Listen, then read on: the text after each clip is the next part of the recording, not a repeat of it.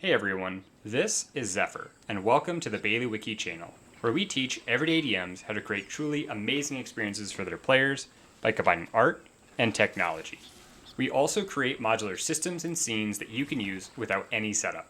And some of those maps and systems that we make for Foundry Virtual Tabletop are going to be the backdrop for today's video, going over everything to know about storage and organization when it comes to Foundry VTT. This is one of our most discussed topics in our Discord and also in my one-on-one sessions with our Foundry Mastery patrons. Organization and storage is a huge deal in Foundry. It is incredibly easy to all of a sudden have so many things in a folder that you didn't realize you were dumping there, and you now have a hard time finding things, or you just really wish you had everything in one place that made sense to you. So we're going to go over the basics of using the file browser and what exactly happens when you're uploading those files, as well as some recommendations for how to keep all of your files and folders organized, whether you are just now starting your Foundry instance or you realize that you need to do some reorganization and spring cleaning here.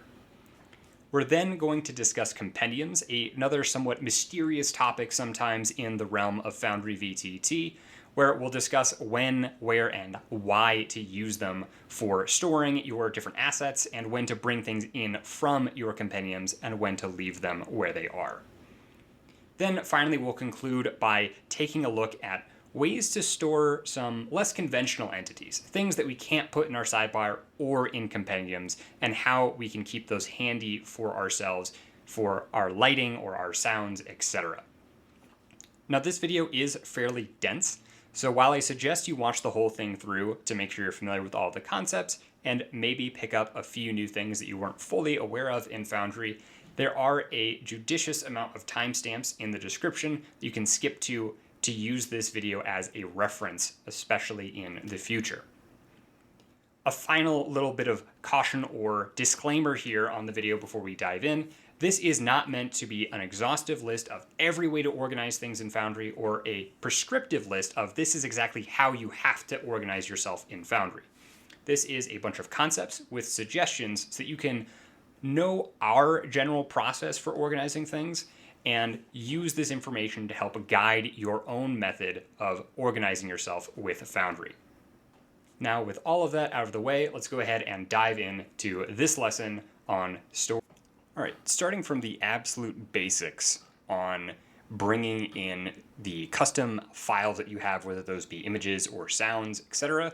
There's a lot of different ways that you can upload them. We're going to first do a demonstration with some tokens. So I've got our good friends Gomer and Ventress here, and I've removed all of the previous tokens that I had for them, and they've just got their defaults. So here we have Gomer, and he's just got an image from D&D Beyond Importer for his appearance. If I want to change that, then I can, in this case, double right click to open up his token configuration. This is only going to affect him. Since this is a linked token, it'll automatically populate across other tokens. But you may prefer to use something like opening up the sheet and then configuring the prototype token. And you definitely want to do this for any kind of monster or NPC that is not a linked token. So on appearance, if you go into your image path, you can see we can browse files, and it's always going to start with wherever the current file is. And in this case, it's in D&D Beyond Images. If I go up to user data, this is the main area where all of your data lives. Core data is going to be the resources that are included in your installation of Foundry, but user data is what you actually populate. Now, when you open this up, there is always going to be 3 folders here. We've got modules, systems, and worlds. You may have some additional folders. For instance, I have DDB images because I'm using Mr. Primate's D&D Beyond Importer to bring in some things. You might also have one for Molinet or other modules like that. Within this, the modules folder is where all of your modules that you've installed live and all of their files. You have systems, where all of the systems that you've installed live, and then worlds, where all of your different worlds exist. Whenever you open up the file browser, whether that's for images or something else, there is this option here for upload. So when you hit upload and it has choose file, It is sometimes a little unintuitive that the choose file and upload are linked together. They're a little bit separated, so it can be easy to think that those are two separate things. When you hit choose file, you can look through your device and find different files that you want to upload. So if I go in here to my storage and organization folder here, we can then put in this Gomer token right here. And if I hit open, that is going to upload the file.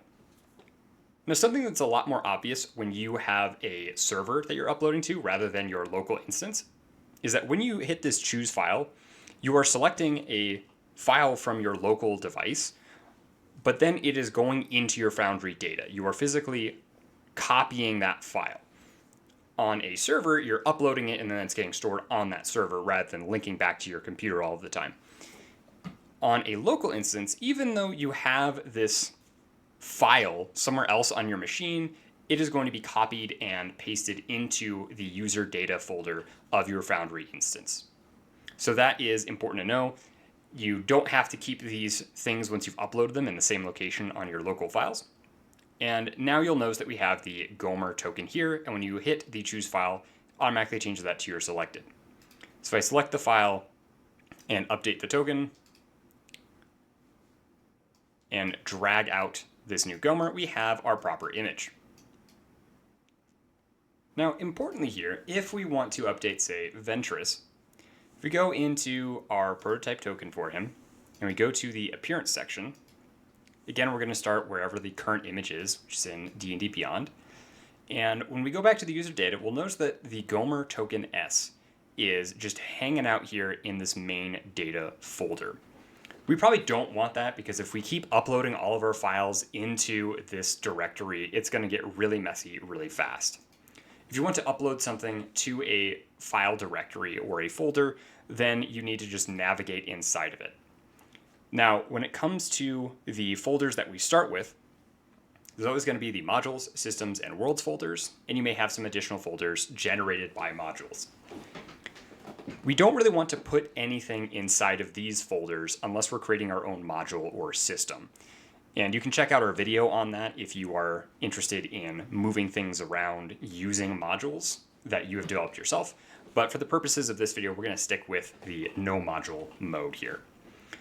So the reason we don't want to upload things into these locations, theoretically, if you were to put something into the main modules folder just loose, again, it's going to be unorganized.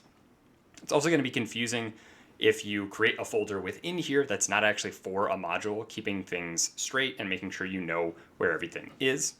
And finally, of course, if you put something directly into a modules folder, like a stat block importer or something like that, then the next time you update that module, it's going to wipe everything that you had from it. So it's not a safe place to upload things. And in fact, if you use the upload feature to put a file into a modules folder, you're going to get a warning from Foundry saying, hey, this is generally not safe.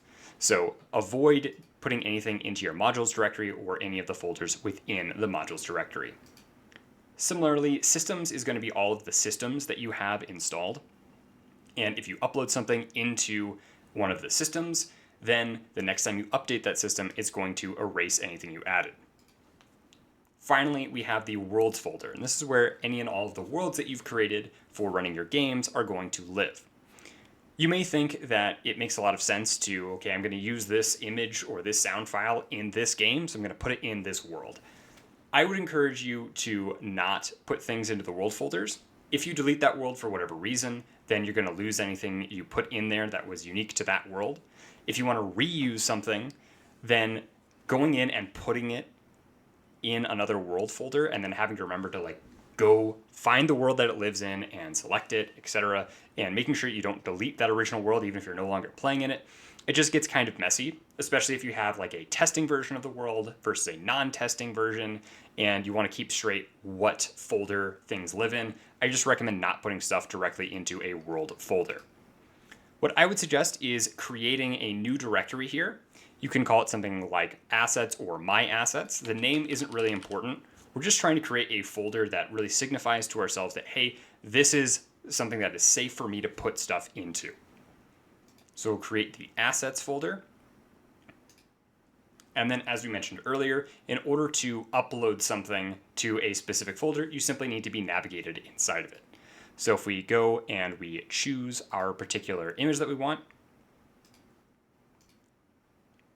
then we've uploaded it and it is inside of the assets folder. And we can see now when we select the file, it says assets / and then our file name.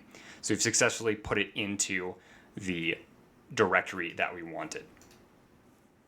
And so if we pull out Ventress, then he's going to have his nice token here and is all ready to go. Now let's say we want to overwrite something. If we go into Gomer here and I have another version of this token that I want to use, we can go ahead and hit these options for viewing our file browser a little bit differently. I find using the tile here pretty helpful for what we're doing, or images. And I'm going to choose a different version with the exact same name. So this is our overwrite, and we hit open.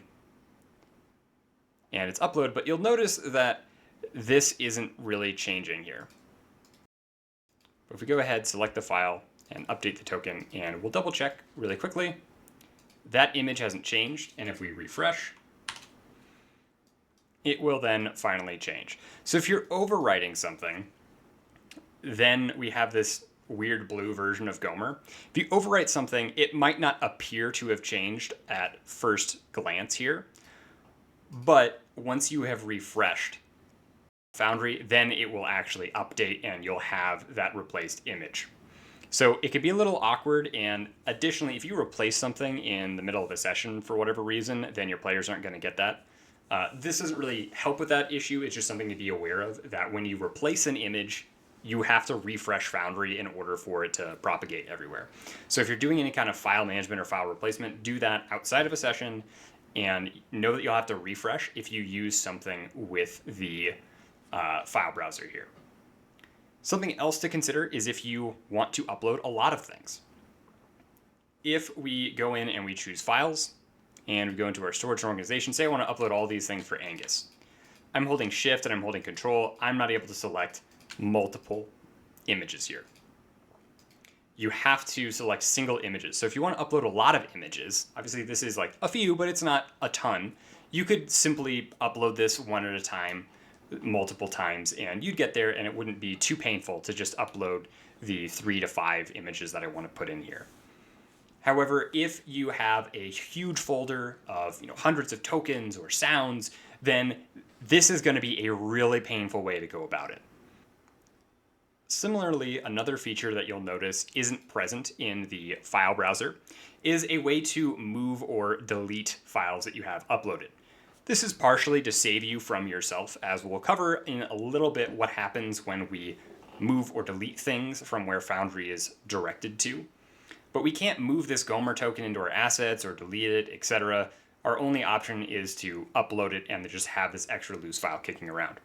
So if we want to move where files are, or delete them, or even rename them, or put in a large amount of additional files, then the built-in file browser isn't really going to be the tool we want to use. Instead, we're going to want to go into the physical files, either on our system or on our server's system, and use the file manipulation tools there. If you are using a hosting service or something like that for your server, then check the documentation there to find out where you can upload things or how you can upload things and access the folders and files. It might be listed as something like FTP or something of that nature. So check the documentation there. Now, for those of us who are self-hosted or doing things on our local machines, you may already know the location of your Foundry user data folder on your device. But if you don't, if you come back to your setup screen here, and you go to the settings, so the cogwheels in the upper right on the setup area, you'll find this user data path that will tell you exactly where your Foundry data or Foundry user data folder is stored on your machine. So you can copy and paste this into your file browser, or you can just remember that path and navigate there. You can also use this setting to change it if you want to have it in a different location. For example, if it's in app data right now, you might want to move it to another location on your device. But either way, we're going to go into there, and then we're going to take a look at moving things around and some recommended practices there. So we've navigated to our Foundry data folder as depicted in our settings or through our hosting service. And you'll notice with Foundry data, we've got 4 folders that live in here. You may not have this 4th folder of backups per se, but within this you'll see config, data, logs, and backups. Config is going to hold all of the different options, so the things that when you go into the setup and you are specifying where things live and you're setting up your passwords, you're putting in your license key, etc., those live inside config.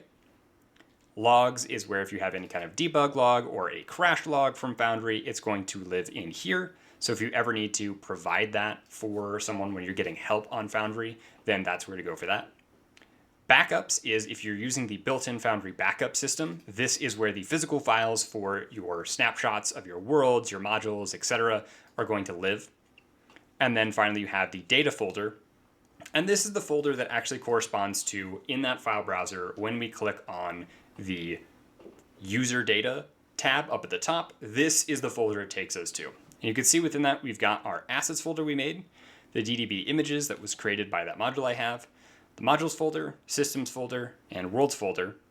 And then within this, we also have the Gomer token that we initially uploaded and a digdown cache.json that was generated from the digdown module.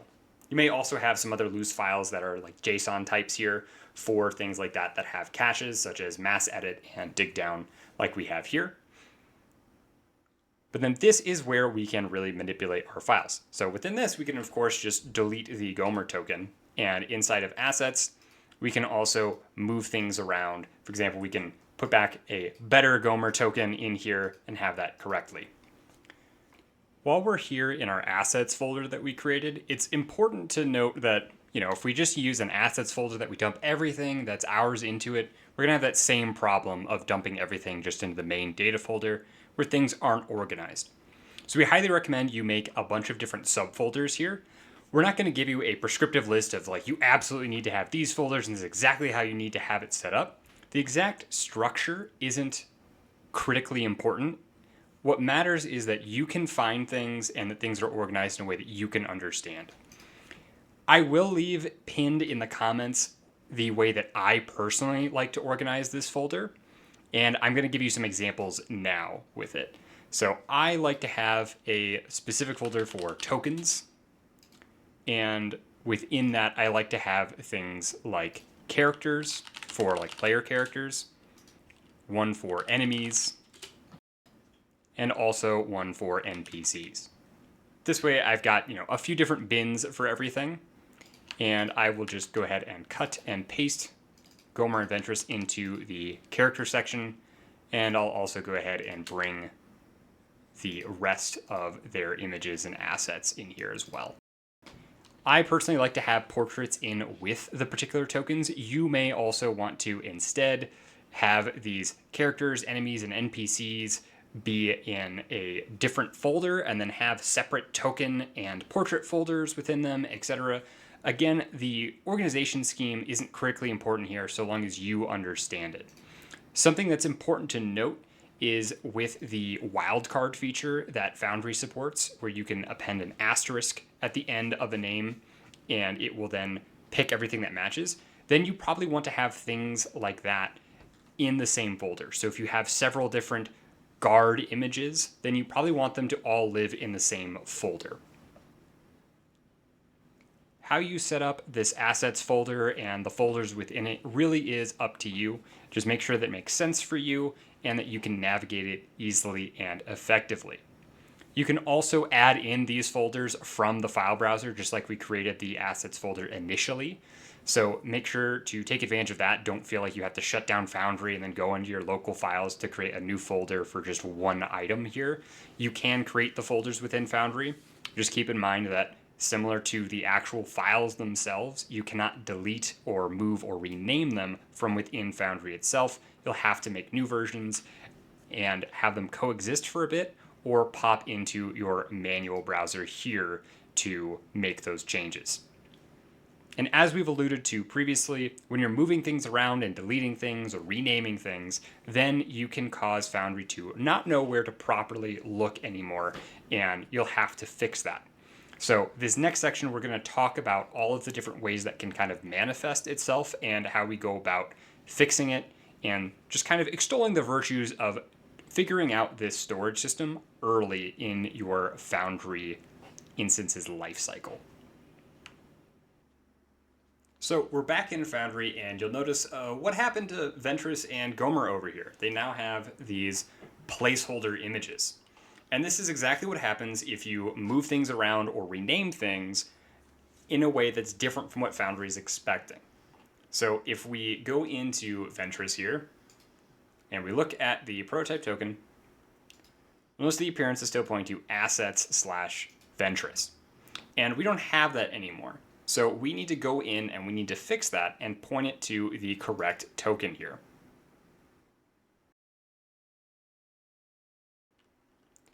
And now you'll see that Ventress is fixed. You'd also need to do the same thing on poor Gomer here. And now we've got that good to go. And so that's a really big reason why Foundry doesn't facilitate you using the file browser to move or delete or rename things, because you're going to break all of the different things that link to it. In this case, where early on we've only got the two tokens here of Ventress and Gomer, so it's not a huge deal to go back and fix it, but you can see how this would start to become a headache. We're also going to go through a couple other examples because this can be useful for troubleshooting things. Over here in the Swamp Ruins, I've got two tiles here, one of which has a token magic effects filter, a couple of them, applied to it so we can see how this affects things when you really muck things up. But when you go into this, and this is currently pointed at assets/tiles, if we simply just change the file path right here and update the tile, we're going to get this little warning sign placeholder image. It's still going to have all the rotation and other aspects of our tile, but it's going to be messed up like that. If we do the same thing here for our warning sign, the token magic effects filters are still applied to it. So if you see these, what's likely going on is that the files for the images that you have for your tiles are incorrect now.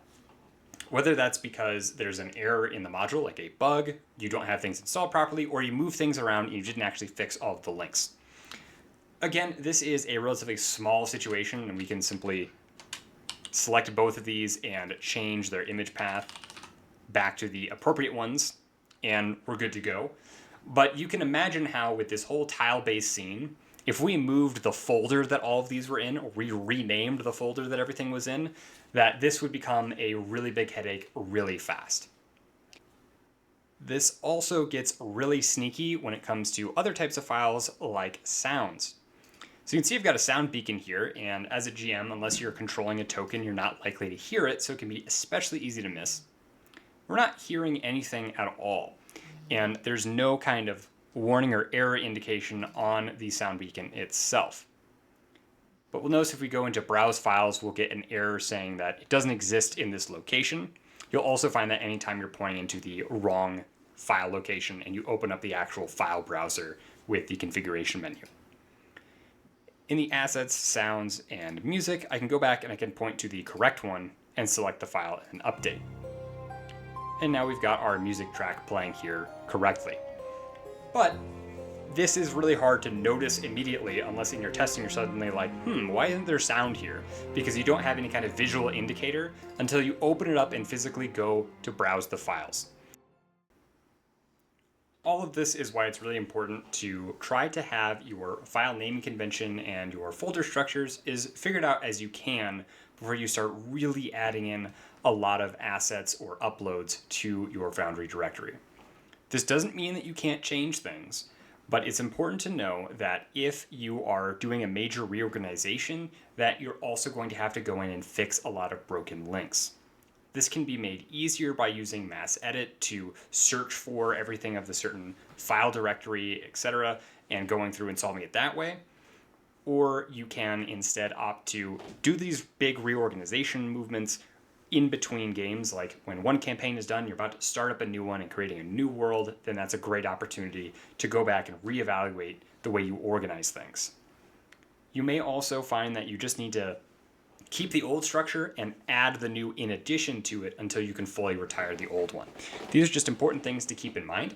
Don't let this intimidate you into thinking that you really can't add any new assets and stuff until you've really spent a ton of time working with your file organization. You can reinvent it whenever you need. Just know that that reinvention and refinement process is going to take some time, and it's not something that you can just move things around and be done with. There is a little bit more setup involved when it comes to refining that and making sure everything's working together correctly.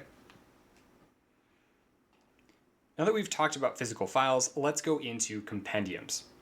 This is one of our most asked about topics. It's really easy to get lost in when, why, and how I should use a compendium, so we're going to break it down nice and simple.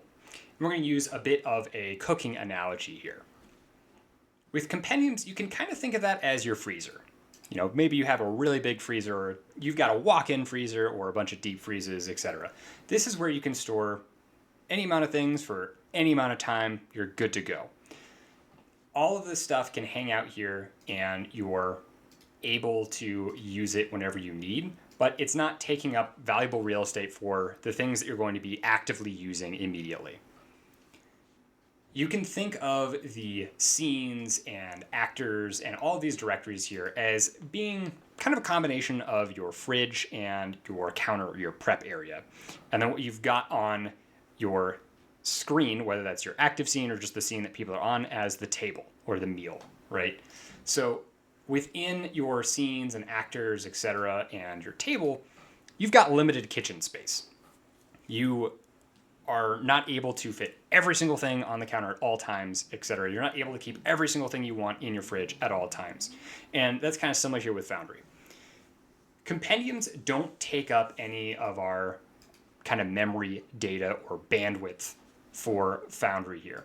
And we're talking just about our power budget, not really our internet connection or anything like that. What are servers actually capable of doing? These are incredibly lightweight, and until you open them up, they're basically doing nothing for you over here, and they're not really costing you anything either. Once you open it up, it'll take a little bit more bandwidth to populate everything, and it's kind of giving you some information, but it's not actively pulling all of the information from these all of the time. When you move things into the fridge with your actors and scenes directories, then they are taking up some of your Foundry's kind of power budget. Now, these are pretty small pieces, all of these actors and everything, but if you have too many of them, or they're too complicated in particular, then you can have Foundry start to slow down. We're not talking when we have, a couple hundred pretty basic actors and everything. We're talking more about when we have thousands and thousands of actors with all of these little folders, where we have hundreds or thousands of scenes, which have a lot of data from their lights to their walls to their images, etc. That's when we start running into issues. So it's totally fine to have things ready, but you don't need to pull things out of your freezer that you don't need.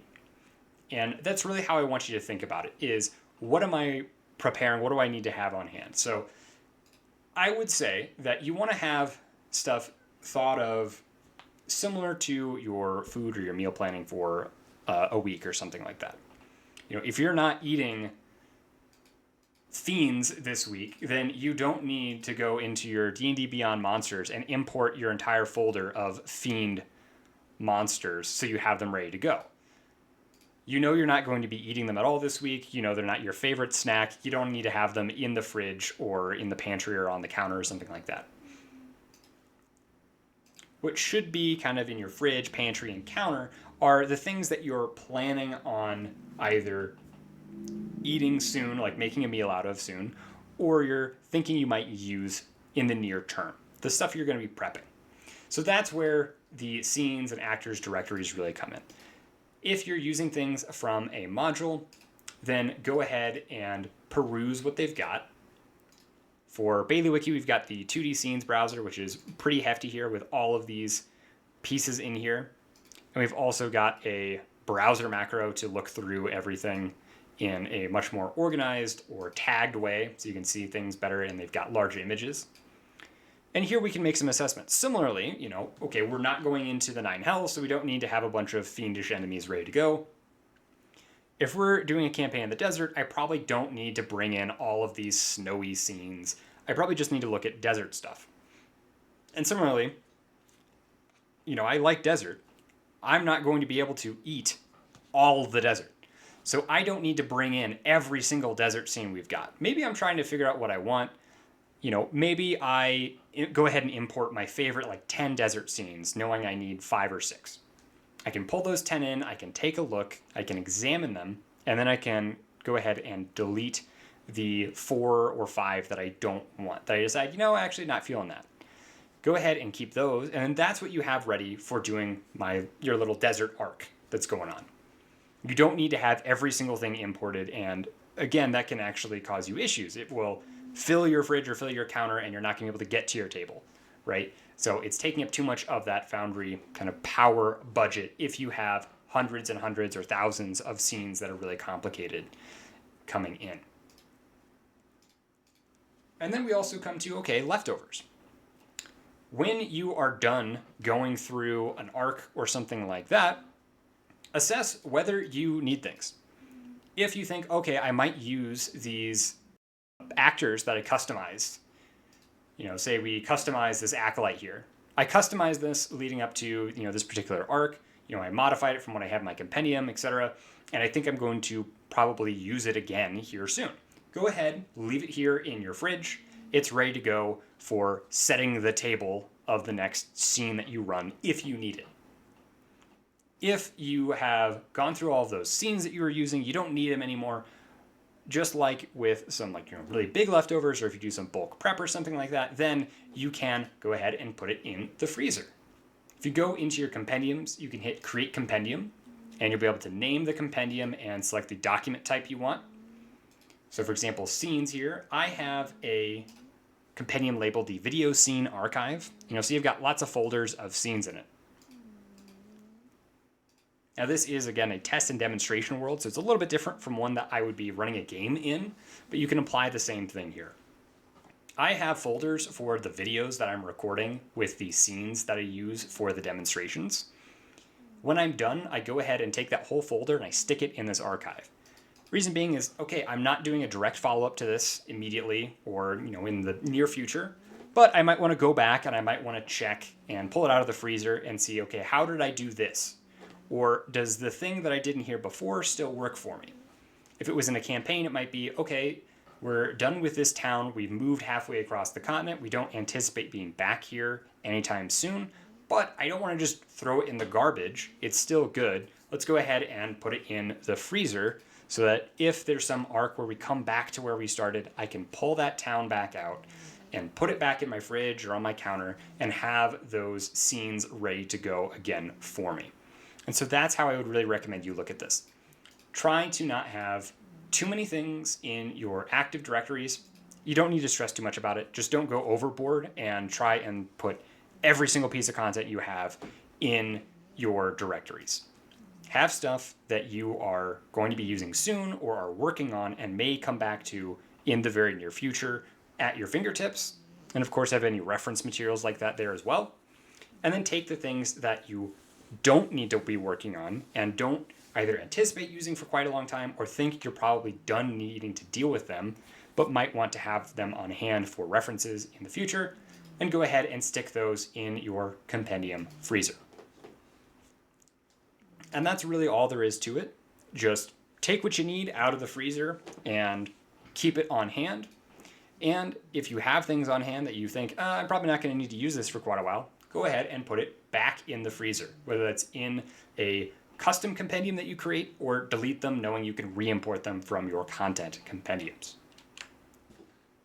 The final thing that we're going to touch on briefly is kind of special entities that we can't just store in our compendiums or our directories as normal.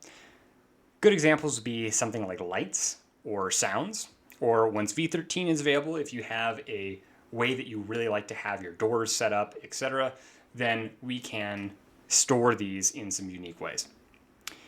There are some template options that are coming in v13, and also with certain modules, you might have something like Monk's Active Tile Triggers that has a save as template option to save a tile as a template and store it that way. But for things like those lights and sounds, you might have to get a little creative. A big thing with lights and sounds and any entity in Foundry really is that you can copy and paste it onto different scenes. So we can have this fire copied here and we can paste it into our swampy ruins and bring that in with us. Similarly, a way you could store these things is you could go into a separate scene that you've created. Like here, I've got lights and sounds, and I have these different lights that I found. Oh, I like this. This is how I want to use this all of the time. You can create a scene here and you can just label things. So these are drawings that have the information drawing role so that they're not affected by the light. And so it's really easy to see here. And then I have these lights that are ready to go. So this is a lamp that turns on at darkness 0.58 and above. And this is a smaller version of that that turns on at 0.62 and above if I want to have kind of staggered lighting. But here I have like, the color and the dim to bright light ratio that I like and the animations that I like. And over here I have the same thing with my fire animation that I like. And I've also got a sound beacon. So I can copy and paste those and move those onto other scenes to have those ready to go for me.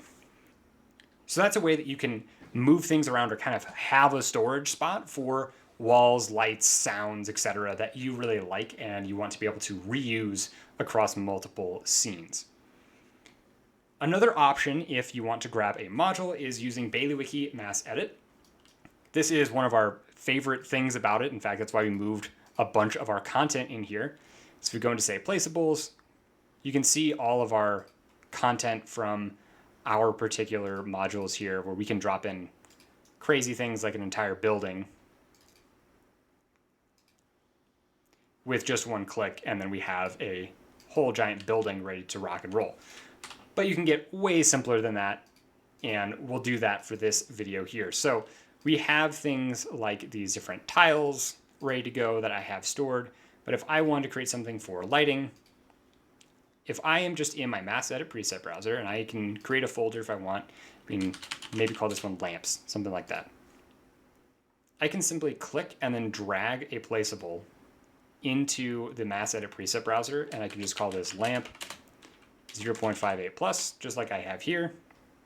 Or I could do something like lamp large, And then I can move that into this folder. I can do the same thing here. And now I have these presets, and these I can just double click and place wherever I need. So another really nice feature is you can make these folders appear in multiple places. So this is going to show up in lights and also all placeables. But I can also make another one for, say, fire. And I'll have this show up in the lights and the sounds. So I can see this in multiple places. And then here I can, again, drag and drop my light. And then this has a linked placeable. I can even bring it in as attached. Go ahead and say no for this case. And we've got a campfire on top of it. So we can name this, campfire. Bring it in. Do the same thing with the sound. And now I have both of those ready to go that they can bring in. So notice this said there's linked entities involved, and with Mass Edit you can also link these together so they're just one piece, and we'll always bring out a light with it or the sound with it both together. And so you can get really complicated with this, but I want to show you the really simple way to do this and keep these things handy for yourself. It's really useful to have these different things because, as most of us have probably done in Foundry, I have spent way too many hours just tinkering, trying to get everything just right, just how I like it for particular lights. Like, I'm very particular about, like, okay, this exact color is what I want, and these exact settings, especially on my advanced options and my saturation, everything. It's been a ton of time really fine-tuning some of these elements to get it exactly how you want. And you don't want to have to go hunt through your scenes to go find all of these different settings.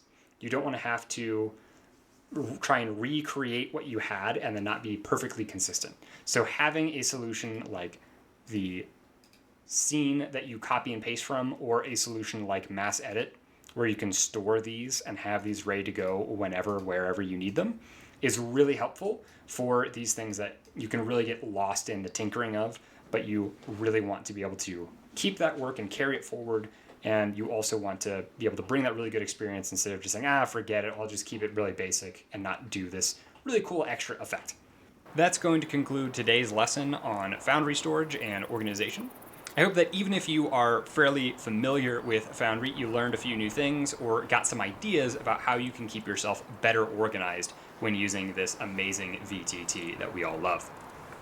Let us know in the comments if you still have questions on any of these topics, if there's anything that you think that we missed, and what you would like us to cover in our next video.